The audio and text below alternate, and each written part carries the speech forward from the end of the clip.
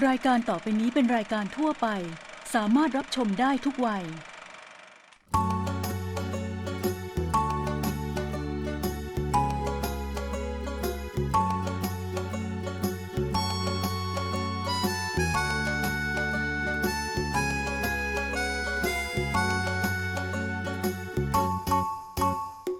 ไกลสุดไกล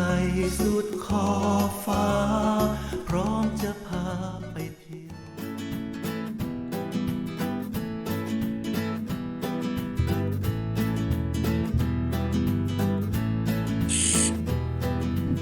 สวัสดีครับ สวัสดีค่ะ ขอต้อนรับสู่รายการสุดล่าฟ้าเขียวค่ะ ในตอนนี้คุณพ่อและทีมงานก็ยังอยู่ที่จังหวัดเชียงรายเพื่อถ่ายทำสารคดีมหัศจรรย์ถ้ำไทยนะคะ หลังจากที่ได้ถ่ายทำถ้ำผายาวเสร็จเรียบร้อยไปแล้วและได้ออกอากาศไปแล้ว4 ตอน ก็ได้ไปถ่ายทำที่ถ้ำเสาหินพญานาคที่อำเภอแม่สายจังหวัดเชียงรายต่อ ขอให้คุณพ่อช่วยนำชมถ้ำเสาหินพญานาคด้วยค่ะ ก็ถ้ำเสาหินพญานาคตั้งอยู่ในพื้นที่ประมาณ 80 ไร่นะครับแล้วก็อยู่ห่างจากตัวอำเภอแม่สายเนี่ยประมาณ 14 กิโลเมตร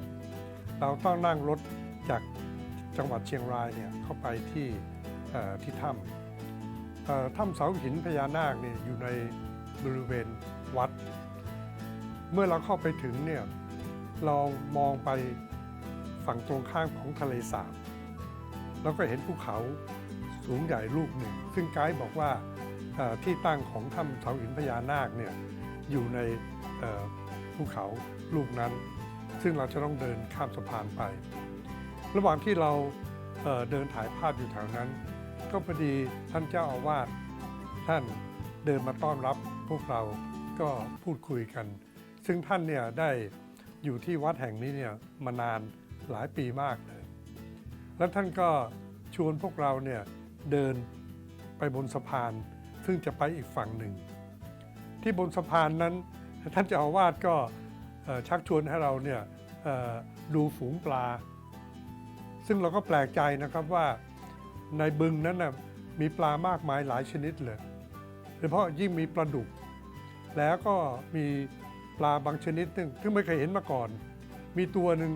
สีดำนะครับลักษณะเหมือนประกาศว่าตัวใหญ่มากเลยแล้วก็หางสวยงามด้วยท่านเจ้าอาวาสก็ชี้พวกเราก็ถ่ายภาพกัน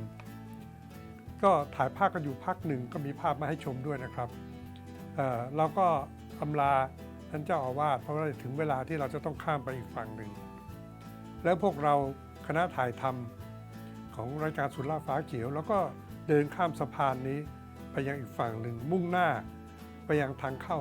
ปากถ้ำเสาหินพญานาคก็เดี๋ยวเวลาเข้าไปในถ้ำก็จะให้คุณคงศักดิ์เนี่ยได้เล่าต่อพวกเราก็เดินตามทางอย่างที่ท่านเล่านะมีเป็นสะพานไม้ผมว่าเขาทำดีนะให้นักท่องเที่ยวได้เดินได้ค่อนข้างสะดวกสบายมากเลยแล้วก็คือถ้าเราเดินเข้าไปเนี่ยเราจะเจออันดับแรกก็คือพระพุทธรูปปางนาคปกเนี่ยองค์ใหญ่ผมว่าใครไปใครมาต้องกราบเราเองยังต้องกราบเลยเราต้องกราบขอเขาเข้าไปชมคนพุทธเนี่ยแล้วยิ่งต้องเข้าไปเจอกับอะไรในถ้ำไม่รู้ว่าจะเจออะไรไม่จะเจอพึ่งสิ่งศักดิ์สิทธิ์ไว้ก่อนเจอพระกราบพระพวกเราก็ได้กราบกันทุกคนไกด์บอกเรานะว่าที่เนี่ยจะมีอยู่3 ชั้นแต่ละชั้นเนี่ยเขาจะมีทางเข้าไปต่างหากเลยแยกกันไปแต่ว่าเราเข้าไปเนี่ยอันดับแรกเลยนะที่เราเข้าไปมันก็จะเจอโถงอันดับแรกที่เจอกลับกลายเป็นผีเสื้อ แล้วถามหน่อยว่าเราจะไม่ถ่ายผีเสื้อถ่ายเพราะว่าแปลกตานะเพราะผีเสื้อตัวนี้ด้วยความที่เราไม่ใช่เขาเรียกว่าผู้เชี่ยวชาญทางด้านผีเสื้อเจอผีเสื้อตัวใหญ่ๆนี่เราก็ถ่ายนะเขาเรียกผีเสื้อตัวนี้มันเป็นมอสผีเสื้อกลางคืนผีเสื้อกลางคืนตัวใหญ่แล้วแต่มันมีคล้ายๆตานะผมชื่อเขาชื่ออะไรนะก็อย่างนี้เมื่อเจอผีเสื้อใช่ไหมครับเราถ่ายไปแล้วผมเองก็ไม่รู้จักครับผมก็เลยติดต่อไปหาคุณสนธิยศจันทรสาขาซึ่งเป็นผู้เชี่ยวชาญด้านผีเสื้อครับว่าถามส่งรูปไปให้ดูท่านก็ตอบมาบอกว่าเนี่ยชื่อว่าผีเสื้อ มอสตานกฮูก อ๋อครับ เอามาจากภาษาอังกฤษว่า Great Owl Moth ซึ่งคือผีเสื้อกลางคืน มอสก็คือผีเสื้อกลางคืน ก็ยืนยันแล้วก็ว่าเนี่ยถูกต้องก็ได้ชื่อมา ครับ เพราะว่าเราก็ดีใจนะที่ได้เห็นผีเสื้อเพราะขนาดจิ้งหรีดกับตั๊กแตนในถ้ำก็ยังถ่ายเลย โอ้ยจะใช้เวลากับ กิ้งกือถ้ำก็ถ่าย ใช้เวลา อะไร กับ ที่ สั อ ต ยู่ ว์ ใน ถ้ำ ถ้ำ เย เนี่ อะด้วยนะ ใช่สัตว์ถ้ำเนี่ยเราก็ต้องถ่ายมาให้ครบเห ครับ มือนกันเอาเล่าต่อนะครับ พื้นที่ที่เราเข้าไปนะครับ มันจะเป็นโถงแรกเนี่ยจะค่อนข้างโล่ง แต่ที่เราเห็นก็คือเราจะเจอเสา เขาหิน เสาหินซึ่งโอ้โหเขาเยอะนะ แล้ว ใช่ เขาต้องใช้เวลาค่อนข้างจะมานานมากๆนะครับ เรียกว่าหลายร้อยล้านปี หลาย นะ ร้อยล้านปี เพราะว่าสมกับชื่อถ้ำนะครับถ้ำเสาหินพญานาค อ่า ก็จุดเด่นสองอันคือหนึ่งเรื่องเสาหินแหละ ครับ นะก็อยากจะเพิ่มเติมว่าเสาหินเนี่ยมันเกิดจากที่ว่าหินย้อยเนี่ย ครับ ย้อยลงมา ครับ และขณะเดียวกันหินงอกมันก็งอกขึ้นไป แล้วก็ไปบรรจบพบกัน ถึงกลายเป็นเสาหิน โอ้โห นี่คือ แล้วเมื่อไหร่ เกิด มันจะประจบกันเนี่ย ก็จากการศึกษาวิจัยนะครับ เขาบอกว่ามีผู้วิจัยว่าหินงอกหินย้อยเนี่ยใช้เวลา 100 ปีนะกว่าจะเติบโตได้1/4ถึง1 นิ้วลองนึกสิ1 นิ้วเนี่ยใช้เวลาเป็น100 ปี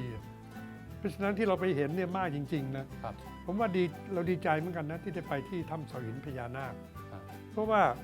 เราไปมาหลายถ้ำที่เนี่ยเสาหินมากที่สุด ก็ถึงได้เห็นความมหัศจรรย์ของถ้ำ ครับ เนี่ยก็เลยเสริมที่พงศารเล่าให้ฟังว่าเข้าไปแล้วเนี่ยเจอเสาหินมากมาย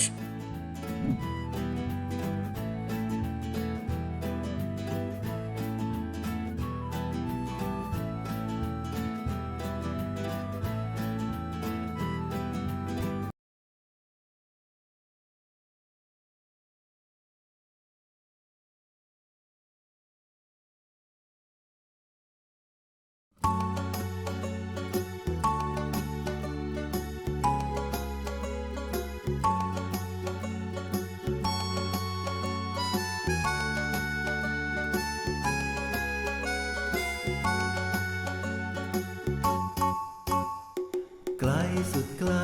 สุดขอบฟ้า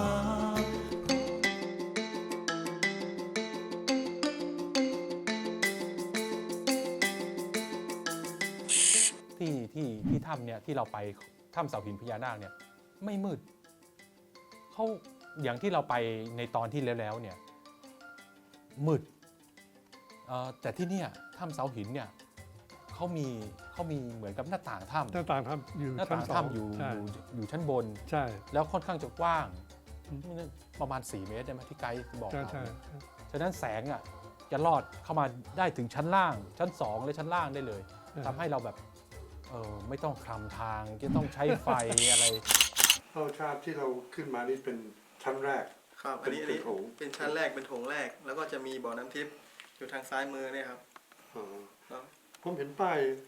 บอกบ่อน้ำทิพย์เนี่ยบอกห้ามสตรีและเด็กลงไป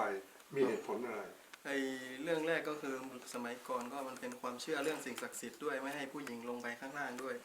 แล้วก็ถ้าเป็นสมัยนี้ก็ความไม่นั่นแหละครับ ความอันตรายด้วย อันตราย ครับ แล้วเด็กด้วย ครับมันต้องลงไปลึกพอสมควรนะครับ อ๋อเข้าใจที่เดี๋ยวกลับมาเรื่องบ่อน้ำทิพย์อีกทีว่าแล้วน้ำพวกนี้มาจากไหน น้ำนี่มันจะเป็นน้ำที่มันผุดขึ้นมาเป็นบ่อเล็กๆไม่รู้ว่ามันจะขึ้นมากับตรงที่สระหรือเปล่าหรือว่ามันจะขึ้นมา แล้วแห้งไหม มันก็ไม่แห้งนะครับ ไม่แห้ง แต่ว่ามันจะขึ้นลงนิดนึงประมาณนี้ อ๋อแต่ไม่แห้งเลย ครับแต่มันจะไม่แห้งคอ แล้วใสสะอาดไหม ใส่ มีคน สะอาดแล้วก็เย็น ดื่มได้ ดื่มได้ครับดื่มได้ นั้นทำนี้ก็ถือว่ายังเป็นทำเป็นใช่ไหมครับ ครับ หรือว่ายังมีหินงอกหินย้อยที่ยัง ครับยังมี ยังทำงานอยู่ ผมดูนี่โอ้เสาหินเยอะนะครับ ไม่เคยเห็นถ้ำไหนที่มีเสาหินมากที่นี้เลยไอ้เสาหินนี่มันเกิดจากอะไรมันก็ลบพอจะบอกได้ด้านวิชาการ อธิบายก่อนก็ได้ น่าจะเป็นความนี้หินย้อยลงมาแล้วก็หินงอกขึ้นไป แล้วมาชนกัน ต้องใช้เวลา เออ หลายปี ที่ผมแปลกใจคือว่าทำไมมันตรงกันพอดี ใช่ไหม ครับไม่ทำเลย นะที่เห็นเลยทับทุกอันเลยเนี่ยมันจะมาชนกัน แต่ก็มีบางอันนะที่ย้อยลงมาแต่ไม่มาชนกับข้างล่าง มันก็หัก บางอันก็งอกขึ้นไป นี่ครับลักษณะของหินที่ไม่ชนกันนะที่ชนกันก็เรียกว่าเป็นคอลัมน์ อ๋อ เป็นเสาหิน เป็นเสาหิน เสาหิน ทีนี้ไม่ชนกันนะก็มีตรงนี้นะครับเห็นไหมครับ ที่ไม่ชนกันนะนี่คือหินงอกแล้วก็นี่หินย้อยนะฮะนะแล้วก็เมื่อย้อยนานๆเข้างอกนานๆเข้าก็งอกขึ้น ย้อยลงแล้วก็ชนกันเป็นเสาหินนะครับ ก็ถือว่าเป็นคอลัมน์ มีเห็นเอาผ้าเหลืองผ้า อ่า สามสีจีวรพระไปพันเสานี่ความเชื่อของคนไทยแต่ที่จริงมันก็เหมือนกับบวชต้นไม้อย่างหนึ่งครับเพราะว่าถ้าเกิดคนไทยเราเนี่ยเห็นต้นไม้หรือเสาหินในถ้ำเนี่ยมีจีวรพระ อืม อะไรไปห่มเนี่ยก็เหมือนกับการบวชต้นไม้ ก็จะค่อนข้างจะไม่แตะต้องไม่ทำลาย ใช่แต่ผมฟังจากไกด์เขาบอกว่าที่ผ้าที่ไปผูกไว้ตามเสาเนี่ยนะครับ นอกจากเพื่ออนุรักษ์เสาหินเหล่านั้นแล้วเนี่ยเป็นการบอกเส้นทางด้วย อ๋อ ว่าคุณจะไปทางไหน เพราะว่าเข้าไปเนี่ยมันเรียกว่ามันแย่เหมือนกันนะเสาหินเราไม่รู้ว่าจะเดินไปซ้ายหรือไปขวาหรือตรงไป แล้วก็เดินตามผ้าเหลืองที่ผูกไปเนี่ยที่ไกด์เขาบอก สัญลักษณ์นำทางว่างั้น ใช่ด้วยได้ประโยชน์หลายอย่าง ถ้ำเสาหินพญานาคนี่แตกต่างจากถ้ำผายาวมากเลยนะคะ ทั้งระบบนิเวศแล้วก็ประติมากรรมถ้ำแต่ว่าภายในถ้ำเนี่ยมีเสาหินเป็นจำนวนมากสมกับชื่อถ้ำเลยค่ะ แต่เป้ไม่เห็นม่านหินย้อยแล้วก็หินน้ำไหล แล้วก็ชื่อของถ้ำนี่เกี่ยวกับพญานาคยังไงคะ คือเราเพิ่งเข้าไปในถ้ำไปแค่โถงชั้นหนึ่งก่อนนะซึ่งก็เราได้พบเสาหินเนี่ยมากมายหลายต้นตามที่คงศักดิ์ได้เล่าไปแล้วนะแต่เราก็ได้พบหินน้ำไหลบ้างนะแต่ไกด์บอกว่าบนชั้นสองเนี่ยก็จะมีทั้งหินย้อยและก็หินน้ำไหลไปส่วนเรื่องที่ลูกถามว่าเกี่ยวกับพญานาคอย่างไรเนี่ยนะเราก็รู้จากไกด์เหมือนกันเขาบอกว่าบนห้องโถงชั้น3เนี่ยมันจะมีปล่องกว้างใหญ่มากเลยแล้วก็ลงไปสู่พื้นล่างซึ่งปล่องเนี่ยจะลงไปประมาณ30 เมตรซึ่งเขาบอกว่าตรงนั้นจะมีเรียกว่า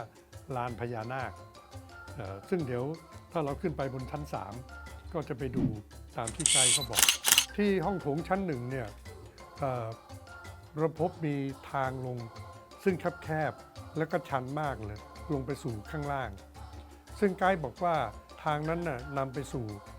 บ่อน้ำทิพย์ซึ่งเป็นน้ำที่ผุดขึ้นมาเองแล้วก็มีอยู่ตลอดเวลาก็ถือก็ว่าเป็นบ่อน้ำศักดิ์สิทธิ์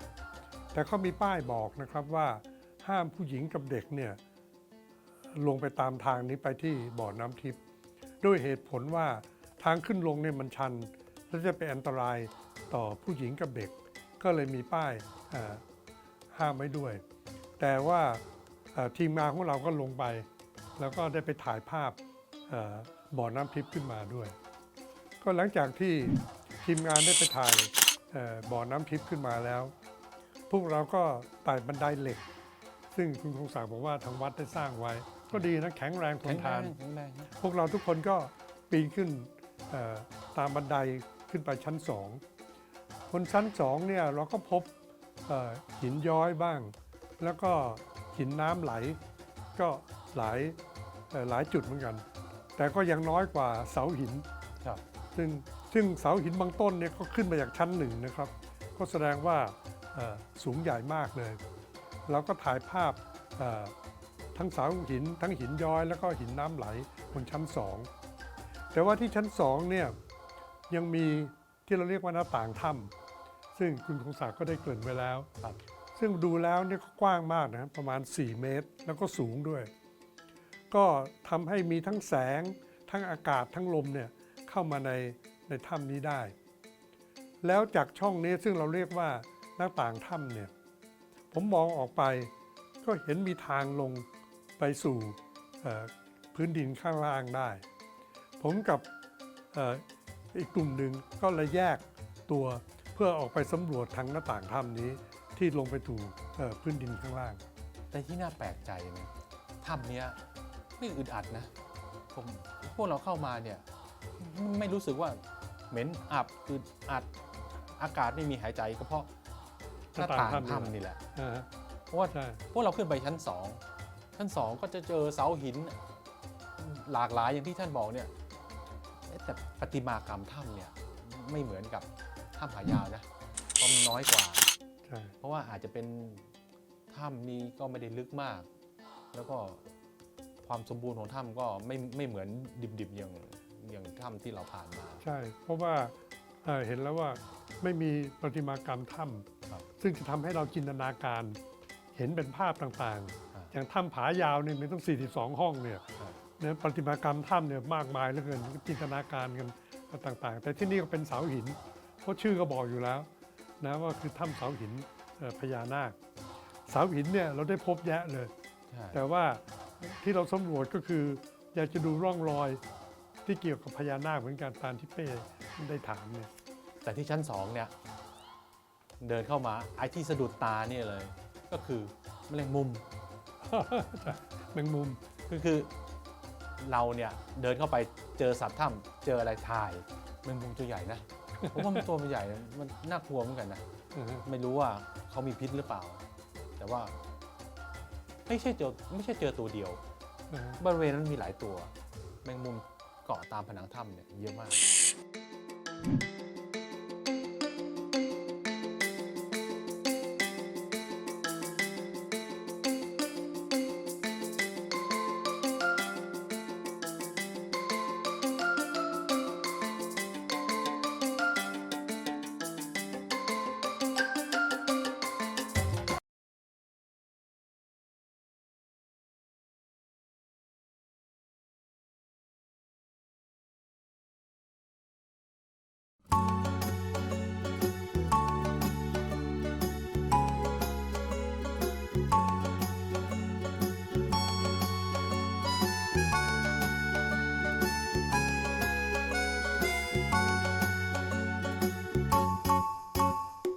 ไกลสุดไกล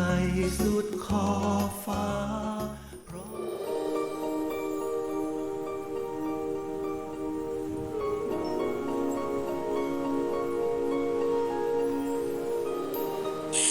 ผมสันนิษฐานเอานะครับ ที่มีแมงมุมถ้ำมากเนี่ยเพราะว่ามีหน้าต่างถ้ำซึ่งเรามองออกไปเนี่ยตอนหลังผมก็เดินไปสำรวจ ครับ ก็เป็นป่านี่แหละก็แสดงว่ามันก็มีพวกแมลงพวกอะไรต่างๆเข้ามา ครับ ซึ่งอาหารหลักของแมงมุมก็คือแมลงนี่แหละ ครับ เขาก็มาดักทำใยดักแมลงต่างๆจึงทำให้เมื่อมีอาหารมากพอ มันก็มีแมงมุมเกิดขึ้นในถ้ำจะสังเกตถ้าบางถ้ำที่เป็นถ้ำที่ยาวลึกนะลงมาในพื้นดินเนี่ยก็มีแมงมุมบ้างแต่อาจจะไม่มาก แต่ที่ใดที่มีช่องที่จะให้แมลงเข้ามาได้เนี่ยก็จะมีแมงมุมมาก เราก็ขึ้นไปชั้น 3 ที่เขาบอกว่ามีลานพญานาคอะที่คุณเป้อะสงสัยว่าลานพญานาคนะคือไงเราก็ขึ้นไปจริง แต่เราลงไม่ได้ ท่านไปดูใช่ไหมครับเพราะเราได้แค่ส่องไฟฉายลงไป แล้วก็เป็นลานกว้างๆเขาก็คงจะใช้คำว่าลานพญานาคจากจุดนี้แหละ ใช่ เป็นลานกว้างอยู่ข้างล่าง เตรียมท่าจะลงเหมือนกัน แต่ว่าไกด์เนี่ยเขาเบรกเราไว้ว่าอย่าไปเลย เพราะว่าอันตรายเกินไป ทั้งชันทั้งลื่น ก็เราเลยอย่าเสี่ยงดีกว่า เดี๋ยวไม่มีหน้าตาดีๆ มานั่งคุยกับท่านผู้ชมอย่างเงี้ยไม่เอา แล้วอีกอย่างนะคำว่าพญานาคเนี่ย อ่ะ ก็ทำให้เราเนี่ยต้องคิดแล้วคิดอีกเหมือนกัน เพราะว่าท่านลงไปเนี่ยนะ อ่ะ ไม่รู้จะเจออะไรเหมือนกัน มีเจอลูกน้องพญานาคแล้วยุ่งเหมือน แล้ว กัน ทำไม นะ เขาถึงตั้งชื่อว่าลานพญานาคมันต้องมีเหตุผลต้องมีที่มาเหมือนกันนะครับ ว่าทำไมตั้งชื่อข้างล่างว่าลานพญานาคเราก็บอกว่าเอาเห็นว่ามีลานก็เพียงพอแล้วนะครับสำหรับที่เรา จะนำมาเสนอให้ท่านผู้ชมนี่นะครับ ของถ้ำเสาหินก็คงได้แค่เนี้ยเพราะว่าเราก็ต้องออกจากถ้ำเพราะว่าไม่สามารถจะลงไปสำรวจลานพญานาคได้ พวกเราก็เลยต้องยกกันออกมาข้างนอก เสียดายนะคะที่ทีมงานของเราไม่ได้ลงไปถึงลานพญานาค แต่ก็เข้าใจนะคะว่าอันตรายมากแล้วก็ฟังดูลี้ลับด้วย แล้วก็ไม่รู้ด้วยว่าอะไรอยู่ข้างล่างบ้าง อาจจะเป็นที่มาของชื่อลานพญานาคก็ได้นะคะ ถ้ำเสาหินพญานาคแห่งนี้ก็ถึงว่าจะเป็นถ้ำที่มีขนาดไม่ใหญ่มากนัก แต่ก็ถือว่ามีประติมากรรมถ้ำที่น่าสนใจเป็นอย่างมากก็คือเสาหินที่มีขนาดใหญ่แล้วก็สมบูรณ์เป็นจำนวนมากค่ะ ถ้ำต่อไปที่เราจะไปสำรวจก็คือถ้ำกู่แก้ว อยู่ในวัดถ้ำปลา ซึ่งอยู่ติดกับวัดถ้ำเสาหินพญานาคนี่แหละครับเราก็มีแผนไว้ว่าหลังจากถ้ำเสาหินพญานาคแล้ว เราก็จะเดินทางต่อไปยังที่วัดถ้ำปลา เพื่อเข้าไปยังถ้ำกู่แก้ว ซึ่งเราก็ได้ทราบว่าในถ้ำกู่แก้วนี้ก็มีสิ่งที่น่าสนใจแล้วมีจุดเด่นบางอย่าง ซึ่งเราจะนำมาเสนอให้กับท่านผู้ชมครับสำหรับถ้ำเสาหินพญานาคนั้น ก็มีเรื่องที่จะนำมาเล่าและมีภาพมาให้ท่านผู้ชมได้ชมเพียงเท่านี้ครับวันนี้เวลาหมดแล้วแต่ก่อนจะจากกันผมกับทีมงานต้องขอบคุณบริษัทไทยเบเวอเรจจำกัดมหาชนซึ่งได้เอื้อเฟื้อสนับสนุนรายการสุดล่าฟ้าเขียวของเรามาตลอดครับผมกับทีมงานขอลาไปก่อนครับสวัสดีครับ